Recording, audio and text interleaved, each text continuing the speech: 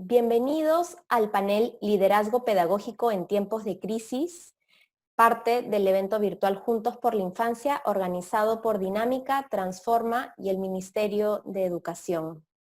Los dejo con Mariana Rodríguez, moderadora de este panel.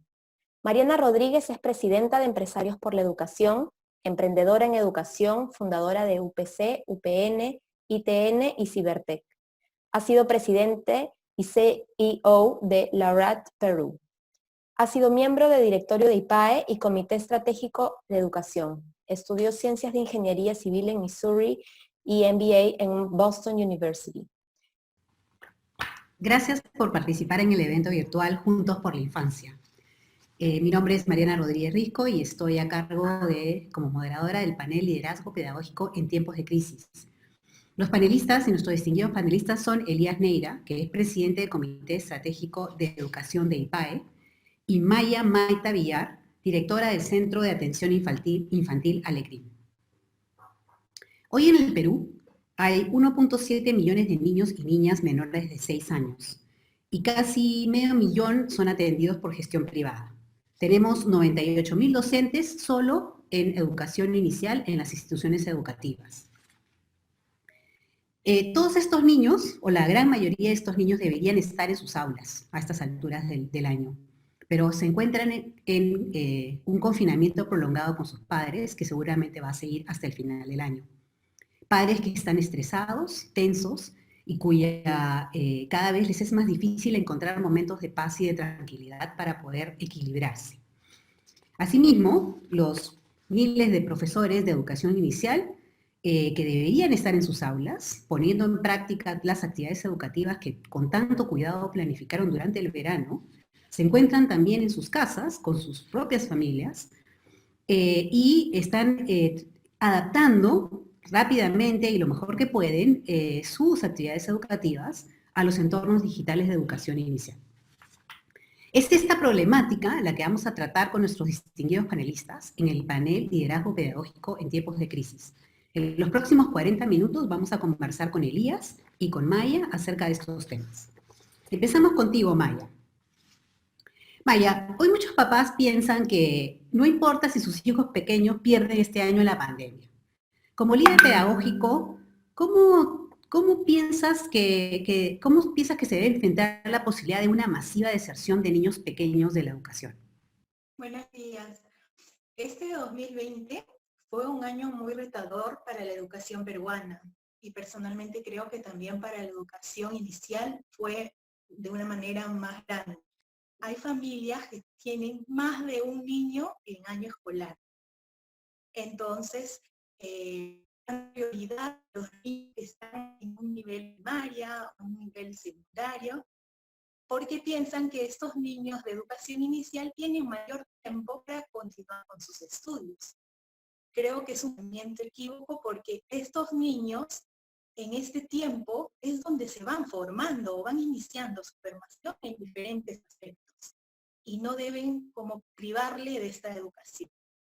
Otro motivo puede ser la falta económica, ya que en este tiempo de aislamiento social que estamos viendo por el COVID-19, hay muchos padres de familia que se han quedado sin trabajo y no cuentan con los recursos necesarios para brindar la educación a sus niños o para ir pagando estas acciones a sus niños. Pero también el Ministerio de Educación ha dado la opción de poder realizar estos traslados a los colegios públicos, que estos niños de la educación inicial no puedan quedarse sin su enseñanza, sus aprendizajes. Otro motivo importante también creo que esta educación a distancia que estamos viviendo, hay muchos padres que no pueden hacer el uso o manejo de estos dispositivos como celulares, ¿no? Hay padres que no conocen sobre el manejo de estas tecnologías y se han visto como limitados y se han quedado algunos con temores de no poder orientar o acompañar a sus hijos en esta educación a distancia, y por eso es que han tomado las medidas de no continuar. Sin embargo, puede aparecer muchos motivos, yo creo que hay miles, Pero nosotros como maestras, como personas que estamos comprometidas con la educación, podemos brindar muchas estrategias y muchas soluciones para poder cambiar este pensamiento. Como institución del Centro de Atención Infantil Alecrim, nosotros para enfrentar este desafío consideramos dos aspectos importantes a trabajar con los padres de familia. Primero es la mirada que los padres van teniendo a sus hijos, como les mencionaba. El de hacer ver que este niño tiene un valor y un derecho a la educación. Y esto lo pensamos hacer organizando videollamadas con los padres en grupos pequeños, con ayuda de las maestras, para poder recopilar información sobre cómo ellos ven a sus hijos. Otro aspecto importante es el vínculo familiar, fortalecer este vínculo familiar que van a tener ellos, ya que estamos brindando una educación a distancia. Ellos, al estar en casa, tienen más tiempo de compartir con la familia y pueden conocerse mejor. En nuestro caso, hay muchos padres que trabajan diariamente y no tienen este vínculo de madre-hija o padre-hijo. Y este momento es donde ellos pueden fortalecer ese vínculo. El último que consideramos era el de contribuir en su disciplina y responsabilidad, porque estos pequeños están empezando a formar y adquirir muchos hábitos. Y los padres pueden también ayudar en formar estos hábitos en esta etapa. Recomendaciones muy importantes, pero creo que todos los que estamos convencidos de que no podemos dejar a los niños pequeños fuera de su proceso de aprendizaje por todo un año, y restarle importancia como si no fuese una parte importante de su vida, creo que estamos llamados a justamente, como dice Maya, hacer un esfuerzo por convencer a los padres de que este esfuerzo que tienen que hacer, y que es un esfuerzo efectivamente, vale la pena, y que es sumamente importante, y que los profesores de educación inicial y los centros de educación inicial están ahí para apoyarlos. Elías, tú eres un líder pedagógico de muchísima experiencia. ¿Cómo te imaginas que se puede construir en las escuelas a partir de esta coyuntura? O sea, ¿cómo te imaginas este futuro después de pasar por todo este caos? ¿Qué tal, Mariana? Sí, justamente lo importante es entender la crisis como, no solamente como un problema, sino también como una oportunidad. Y en comprender que lo que ha hecho la crisis es acelerar procesos que ya se venían dando en la educación. La educación está yendo por una línea en la cual lo que busca es que cada vez va a ser más personalizada. Se está personalizando la educación. Y en ese sentido se atiende la diversidad. En ese sentido es que la inteligencia artificial y también las habilidades computacionales, digitales, pues también nos ayudan a poder ir acelerando ese proceso. En ese contexto, creo que hay algunos puntos que son fundamentales tener en cuenta. Lo primero es que la escuela no solamente son horas que hay que recuperar, no solamente se trata de horas de clase. La escuela principalmente es una comunidad educativa, una comunidad de aprendizaje, ¿no?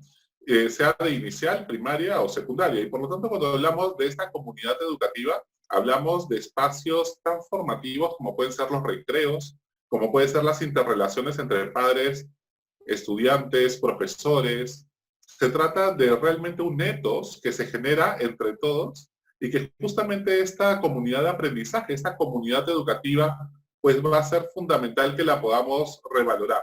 No solamente se trata, como digo, de pues cuántas horas debemos, cuántas horas tenemos que recuperar o por qué cosa pagamos, ¿no? En ese sentido también es muy importante tener en cuenta que hay que revalorizar el rol del docente.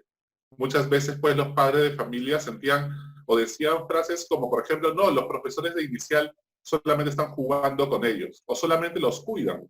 Y en ese sentido hay que seguir profesionalizando la carrera, hay que entender el rol que tienen justamente los profesores, porque tienen una intencionalidad pedagógica, porque obviamente el niño aprende a través del juego, pero ese juego tiene una intencionalidad pedagógica que es fundamental y que nos lleva a la reflexión posterior, a la actividad, a la experiencia educativa, y esa reflexión es esa riqueza y ese aprendizaje fundamental. Y en ese sentido creo que tenemos que revalorizarlos, tenemos que justamente empoderarlos, ¿no? Y tener claramente entender cuál es el rol del docente que nos sigue apoyando, ¿no? Y también el rol del papá, que ahora también necesita cada vez involucrarse más. Y en ese sentido, esta comunidad educativa también es fundamental aprovechar esta crisis, aprovechar como una oportunidad para poder realmente formar a los docentes, porque ahora los tenemos 24/7. Los tenemos las 24 horas durante los 7 días de la semana. Es una oportunidad que tenemos que aprovechar, relacionar y generar mayor vínculo entre los docentes, entre la institución educativa y con los padres de familia. En ese sentido, los padres de familia también juegan un rol muy, pero muy importante. Otro elemento es que también pues hay que comprender que los padres de familia pueden estar un poco desfocalizados y hay que ayudarlos a orientar toda esta propuesta educativa hacia las habilidades socioemocionales. Eso se vuelve fundamental y especialmente el desarrollo de empatía, el aprender a organizar nuestros tiempos, el aprender a desarrollar autonomía que es tan valioso y que sin embargo nuestra sociedad tiende a ser muy sobreprotectora y al mismo tiempo vertical. Cómo es importante, por ejemplo, desarrollar un ambiente en el cual el niño tiene una importancia por sí mismo. No es que sea un adulto pequeño, sino que realmente pues ya es una persona con derechos y también con deberes y responsabilidades acordes y gradualmente según su edad. Y en ese sentido generar una ciudadanía más democrática que se forma desde esos primeros años de vida. Y entonces es muy importante todas esas habilidades socioemocionales que vamos desarrollando, además de estas competencias digitales, que en el caso de los estudiantes obviamente el vínculo es fundamental, pero también es cierto que las habilidades digitales que están desarrollando los maestros hace que sea un maestro 2.0 que no va a ser el anterior a la crisis humanitaria que estamos viviendo, sino que realmente vamos a tener muchas más reuniones sin perder el tiempo en el tráfico a través de estos medios digitales, virtuales, que además es un maestro que cada vez aprende muchos más aplicativos, educativos, pedagógicos que le pueden servir para organizar sus espacios pedagógicos, su entorno de aprendizaje, como también para interrelacionarse con una red de maestros internacional muy valiosa que le trae muchos aprendizajes y que también ayuda a ya no ser un maestro que trabaja aisladamente, sino realmente pertenece a una comunidad mucho más amplia. Y también, por último, creo que la evaluación va a ser mucho más formativa. De por sí ya inicial lo tenían así, la educación inicial, y creo que puede ser una gran oportunidad y un gran aporte para la educación primaria y secundaria que le ha costado mucho más entender esta evaluación formativa a través de portafolios, a través de poder dar retroalimentación constantemente durante el proceso de aprendizaje, enseñanza y no solamente al final a los padres de familia, que también buscan esta información y por lo tanto es importante poder estar constantemente dando esa retroalimentación no solamente a los niños, sino también con ellos, a los papás. Estoy 100% de acuerdo contigo, Elías, y me quedo con 5 palabras claves o 5 oportunidades, como las has dicho tú, ¿no? Dentro de todo esto tenemos que ver todo esto que nos está pasando como una gran oportunidad. Me quedo con 5 palabras claves, que es la oportunidad de que vayamos hacia una educación más personalizada, que comencemos a pensar en comunidades de aprendizaje con la participación de padres, docentes y los estudiantes y la comunidad. Es la oportunidad de tener docentes 2.0, más capacitados, más digitales, más conectados en redes. Es la oportunidad para que los alumnos desarrollen habilidades socioemocionales. Con todo esto que está pasando, esta es una especie de experimento social y tenemos que, digamos, de alguna manera verlo como una oportunidad para aprender a manejar nuestras emociones. Y lo que tú dices es que me parece absolutamente necesario la autonomía. O sea, creo que el desarrollo de la autonomía en los estudiantes es tremendamente importante. Y finalmente empezar a salirnos de la evaluación típica y tradicional hacia una evaluación formativa. Maya, vuelvo contigo. La conectividad no está bien. Sí, bueno, ese es uno de los problemas que probablemente vamos a tener que, como parte de esta pandemia, creo que nos hemos dado cuenta, lo importante es que es tener conectividad en nuestro país. Sí. Acceso a internet, conectividad de banda ancha y dispositivos digitales se van a convertir en una absoluta necesidad y creo que esto nos está sirviendo para acelerar, para generar un sentido de urgencia en nuestro país para saber qué importantes son realmente para poder avanzar. Maya, te repito la pregunta. En tu opinión, ¿cómo deben organizarse las escuelas para que los niños de inicial puedan lograr los aprendizajes que les corresponden en medio de esta pandemia, ¿no? De esta crisis? Bueno, al inicio para nosotros como institución fue difícil organizar ese trabajo a distancia Sin embargo, con la ayuda de las maestras pudimos rescatar e implementar algunas estrategias para empezar, como en muchos casos creo que hicieron muchas instituciones. El primero, establecer canales de comunicación, tanto con los padres de familia como con el personal del colegio. Luego, organizar horarios y normas de trabajo para nuestras reuniones de coordinación y formación con maestras. Otro fue elaborar un plan de trabajo considerando aspectos como el control de las familias, la conectividad con la que ya cuentan estas familias, y por último, buscar el apoyo del psicólogo para que nos pueda elaborar un plan de trabajo para ayudar con el soporte emocional. Todo esto se ha podido dar un trabajo, pero al transcurrir los días fuimos teniendo algunas fortalezas como debilidad dentro de nuestra programación. Pero dentro de nuestras fortalezas consideramos que había muchos padres involucrados con esta educación de sus niños. Y estaban muy dispuestos a poder colaborar con nosotros, realizando horarios en casa, brindando espacios adecuados para los niños para que puedan desarrollar sus actividades, considerando estas recomendaciones que daban las maestras, donde no haya distractores, donde tenga un espacio para iluminación, ventilación, y así los niños, las actividades, bien amable y armónica. Otra forma era que había muchos padres que estaban siguiendo recomendaciones del psicólogo cuando tenían estas reuniones por videollamadas, estaban fortaleciendo mucho los casos o los problemas familiares que tenían. También consideramos que había muchas familias que estaban aprovechando estos momentos para pasar con ellos, reforzando lazos familiares. Así como estas fortalezas se pudo evidenciar, tenemos algunas dificultades. Dentro de las dificultades era que había muchas familias que no contaban con el acceso a los medios para recepcionar las actividades, ya sea televisión o internet. También la dificultad de algunos padres a transmitir las actividades que les brindaban las maestras.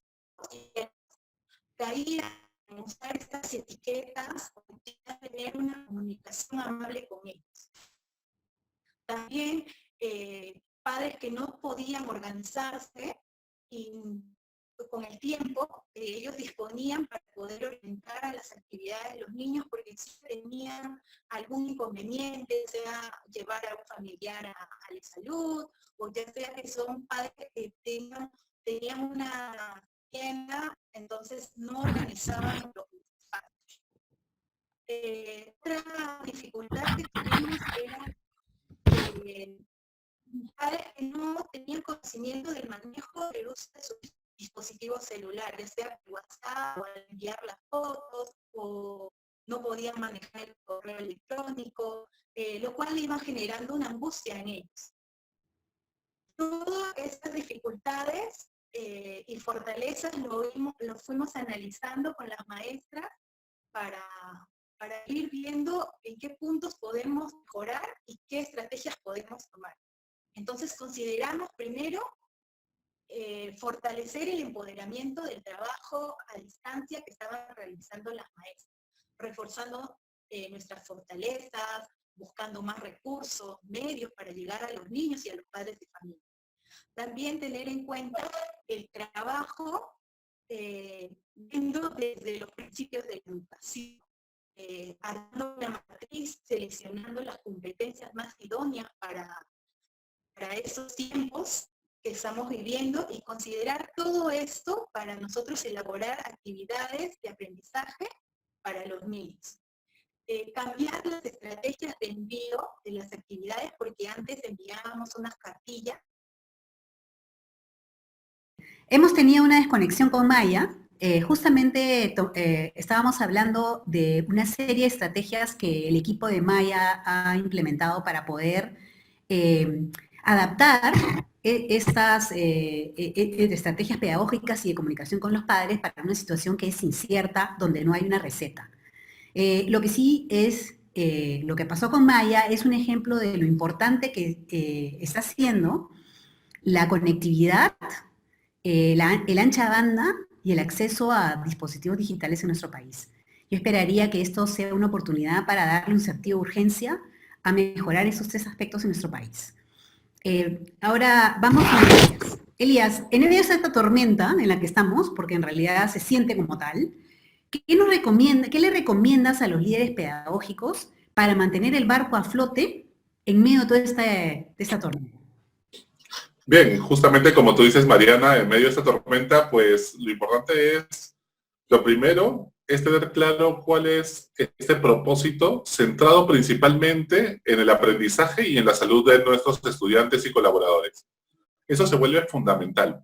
Y en ese sentido, pues muchas veces el 80% de las actividades que realizamos pues no necesariamente están centradas en el aprendizaje. Y ese otro 20% de actividades que hacemos generan el 80% de nuestros aprendizajes. Entonces, hay que tener muy claro la intencionalidad pedagógica. Hay que tener muy claro qué actividades que realizamos, estrategias de aprendizaje, están generando la mayor cantidad de aprendizajes y centrarnos en ello, ¿no? Porque hay mucho desgaste de trabajo, todo el mundo estamos trabajando muchísimo más que antes. Y entonces es muy importante saber racionalizar ello para poder cuidar también la salud emocional de los docentes. Y ese es el segundo punto. Yo creo que es fundamental poder cuidar esta salud emocional. El desgaste emocional de los docentes es muy grande en estos momentos. Todos los docentes sienten que están más en diciembre que pensar que estamos en mayo. Y por lo tanto, pues hay que cuidarlos, porque si no, se nos van a comenzar a caer en los próximos meses. Hay que entender que son seres humanos que además están trabajando bajo una situación de una crisis en las cuales hay mucha incertidumbre, mucho temor que algún pariente nuestro, algún familiar, un ser querido se contagie. Hay incertidumbre sobre el tema económico, en las cuales están atravesando las familias. Además están trabajando al mismo tiempo que tienen que cuidar a sus hijos como cualquier padre de familia. Y en horarios en los cuales, pues, también tienen a sus hijos haciendo actividades muchas veces también de aprendizaje en sus propias escuelas.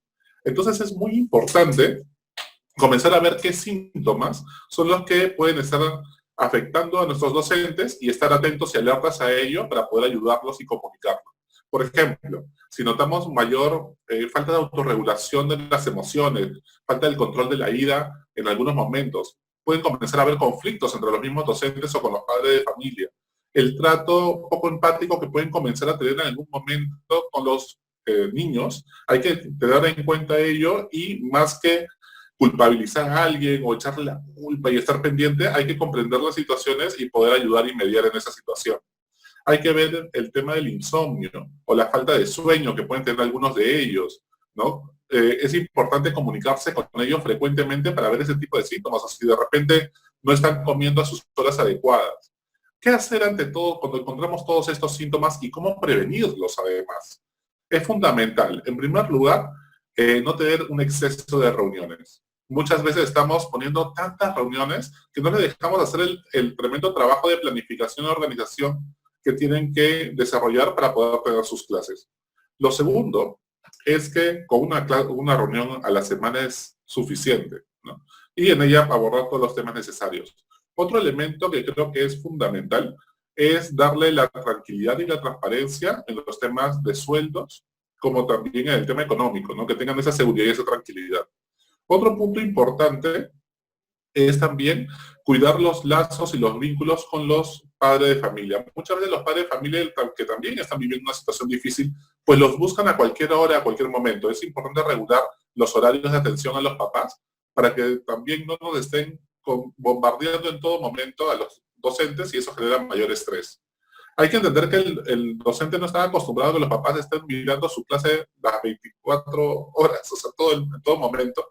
Y por lo tanto también el acompañamiento docente tiene que ser acompañamiento más que supervisión, ¿no? En estos momentos es muy importante centrarnos mucho más en dar más autonomía a los docentes y menos control. Cuando nosotros tenemos una ansiedad como directivos de querer controlar cada experiencia y cada situación, entonces estresamos muchísimo y porque pierden autonomía al poder gestionar su propia clase los docentes. Es momento de confiar en ellos. Alguno que otro, pues nos sacarán la vuelta un poco, pero son la minoría. Hay que confiar en los docentes en ese momento. Otro elemento fundamental es mejorar nuestra comunicación con toda la comunidad educativa, los papás, los docentes, los estudiantes. Muchas veces los directivos creemos que no tenemos que comunicarnos también con los estudiantes y es necesario, ¿no? Entonces, en ese sentido, pues nuestra comunicación, en primer lugar, tiene que ser empática. Tenemos que ser capaces de comunicar porque la gente no recuerda tanto la información que le damos, recuerda cómo los hicimos sentir. Otro elemento fundamental es que sea oportuna. Si nosotros mandamos cosas con muy poca anticipación, pues generamos mucho estrés y no necesariamente todo el mundo va a estar pendiente del WhatsApp, de los 400 WhatsApps que tienen y grupos para poder organizarse. Necesitan la información con anticipación, si no nos estresamos demasiado. Otra cosa es que tiene que ser una comunicación frecuente. Tenemos que estar visibles. Todos los días tenemos que en algún momento comunicarnos, tener espacios de escucha. Tenemos que ampliar nuestro círculo de confianza. No podemos seguir tomando decisiones solamente con los 3 profesores a los cuales más confianza le tenemos. Tenemos que ampliar este círculo y que seamos de puertas abiertas, de WhatsApps abiertos, para que todos se puedan comunicar. Los papás, no solamente los que son más cercanos a nosotros o los que nos dicen lo que nosotros queremos escuchar. Necesitamos comunicarnos con todos. No hay que tener toda la información para recién comunicar. Muchas veces, pues actualmente ni el presidente tiene toda la información. Pues hay que comunicar igual la información que poco a poco vamos obteniendo. Y por último, es importante que esta información sea clara, ¿no? Y que sea clara implica que no haya teléfonos malogrados. Y eso significa que podamos tener un comité de crisis. ¿Un comité de crisis qué es? Es cuando reunimos de repente algunos papás delegados, ¿no? Necesitamos alguno que otro, quizá estudiante, incluso niño. Tenemos que tener algún docente representativo. Quizás si tenemos un psicólogo o si no una profesora que sea muy empática, muy asertiva, que realmente tiene la confianza de todos y que en ese sentido genera liderazgo y ese sentido de comunidad, pues tenemos que contar con ellos para tomar decisiones con ellos. Y cuando vamos a sacar un comunicado, se los presentamos a ellos un día antes, a ver si se entiende claro o puede generar algunos equívocos o teléfonos malogrados antes de sacarlo a todos los demás, ¿no? Entonces, este comité de crisis nos puede ayudar a tomar decisiones en conjunto. No tomemos decisiones solos en este momento. Es importante que las decisiones sean consensuadas y que se den con claridad, sean oportunas, sea información relevante, frecuente y que realmente estemos visibles para toda la comunidad. Muchas gracias, Elías. Un poco que lo que me has comentado me hace recordar a la idea de que estamos en medio de un huracán inmenso y lo que la comunidad educativa, incluyendo padres, docentes, directivos, alumnos, lo que tiene que hacer es irse al centro de ese huracán, donde hay claridad, donde hay serenidad, donde hay paz, donde hay empatía, donde hay confianza, para poder tomar las mejores decisiones. Maya, volvemos donde ti, sé que vamos a intentarlo, pero si no, la última pregunta. En este huracán que acabo de escribir, ¿cómo es que están enfrentando los retos los profesores mismos, los profesores de educación mismos? Bueno, este reto que estamos enfrentando fue difícil para todos, ya que era la primera vez que nos enfrentábamos a estas situaciones. Sin embargo, al transcurrir los días, cada maestra va reforzando su vocación y compromiso con la educación. Y vamos buscando soluciones a cada obstáculo que se nos presenta. Y para ello, continuando con esto, se necesita reforzar muchos aspectos. Primero, la investigación, porque una maestra tiene que ser investigadora, ¿no? Teniendo sus medios, sus recursos, contenidos, formas, formación, para poder llegar a los niños y ayudar también a los padres de familia que requieren de nuestro apoyo. También para reforzar estos conocimientos y usos de la tecnología. El segundo, innovación. Innovar estrategias que las actividades sean más retadoras y motivadoras para los niños.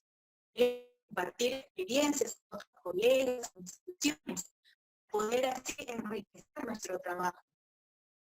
Considerar espacios de escucha para los padres de familia quienes en este tiempo de aislamiento necesitan ser escuchados y ponderados.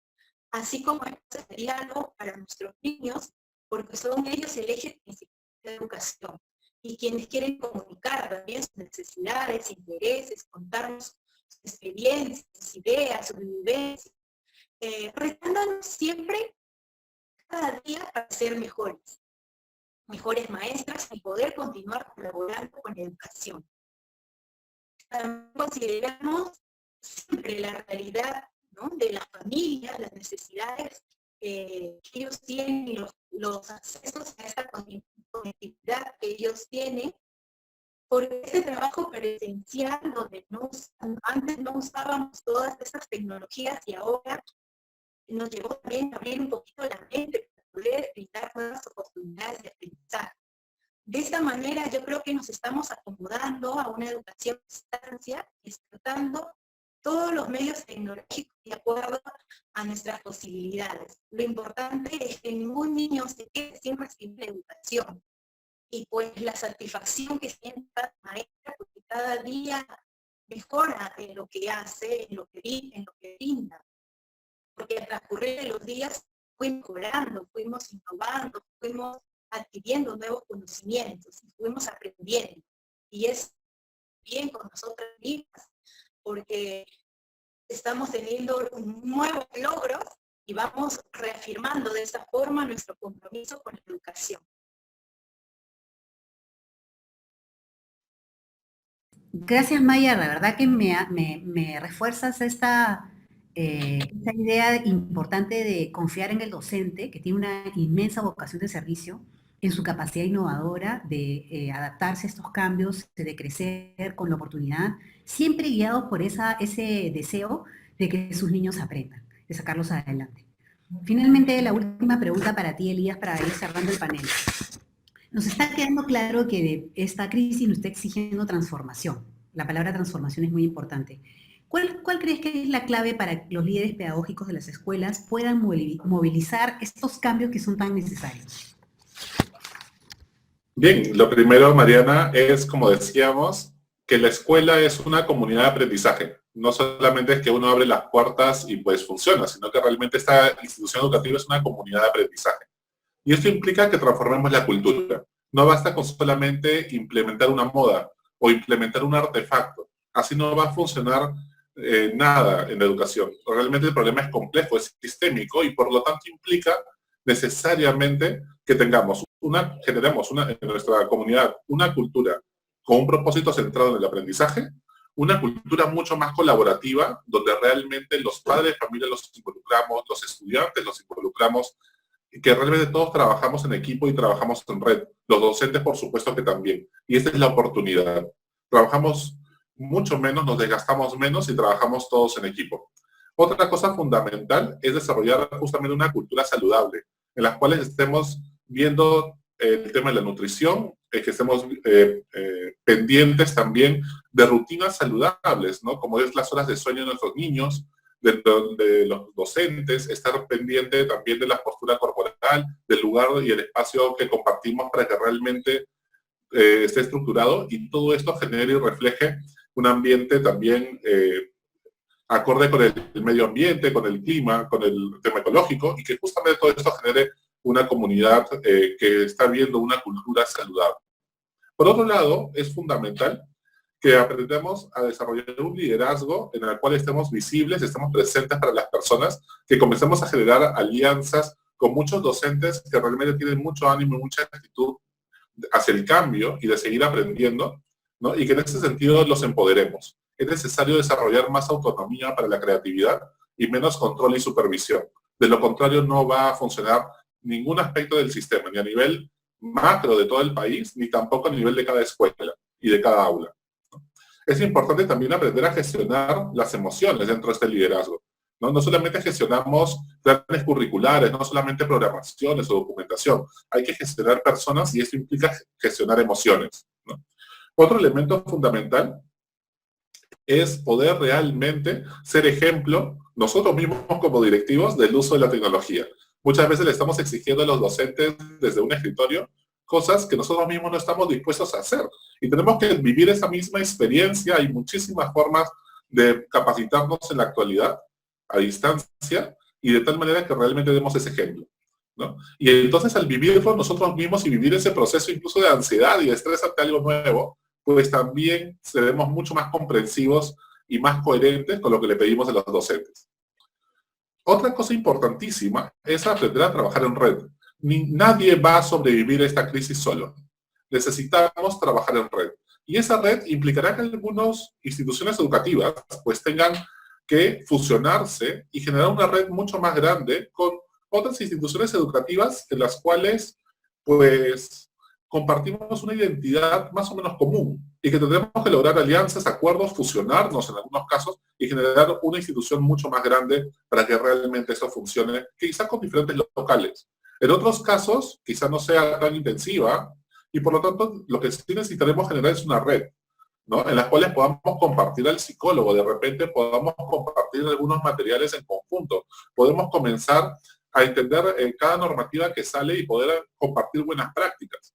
Pero lo cierto es que nadie, sea una fusión, que es algo mucho más grande, sea comenzar a trabajar en asociaciones, pero nadie va a sobrevivir solo en esta crisis. Y necesitamos por ello tener en cuenta, dejar de vernos como una competencia y comenzar a ayudarnos todos, porque la clave y el centro es la salud y el aprendizaje de nuestros estudiantes y nuestra comunidad educativa.